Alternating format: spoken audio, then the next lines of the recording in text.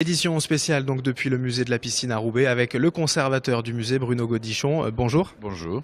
Alors cette exposition Camille Claudel, une rétrospective exceptionnelle, on en a déjà parlé, est à voir jusqu'au mois de février. Pour en dire deux mots par exemple, cette œuvre.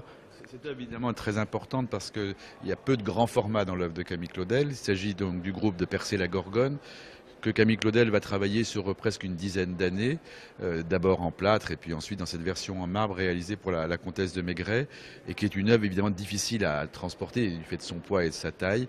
C'est une œuvre également importante dans le parcours de l'artiste. Elle reprend le personnage du danseur de la valse de 1889, mais le cavalier amoureux est transformé ici en bourreau, puisque la tête de la Gorgone, le monstre donc décapité par Persée, c'est un autoportrait de Camille Claudel, justement, qui insiste sur cette séparation douloureuse avec Rodin. Oui, d'ailleurs, Rodin, on en voit certaines de ses œuvres aussi. C'est le but aussi de cette exposition de comparer, entre guillemets, si l'on peut dire, en tout cas de mettre en lumière le travail de Camille Claudel avec d'autres artistes de son époque. La question de la mise en perspective est effectivement un peu l'idée force de cette exposition, c'est sa singularité.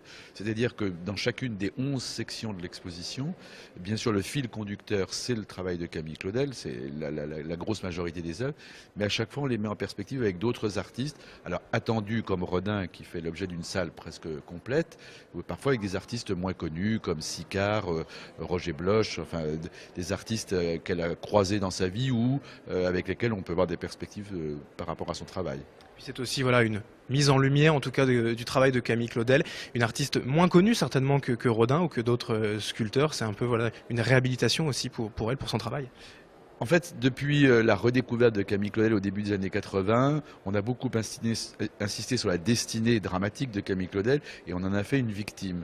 Cette exposition veut montrer que, en parallèle évidemment à cette destinée terrible, il y a aussi tout ce travail d'artiste formidable qui en fait donc une héroïne en même temps d'un renouveau de la sculpture.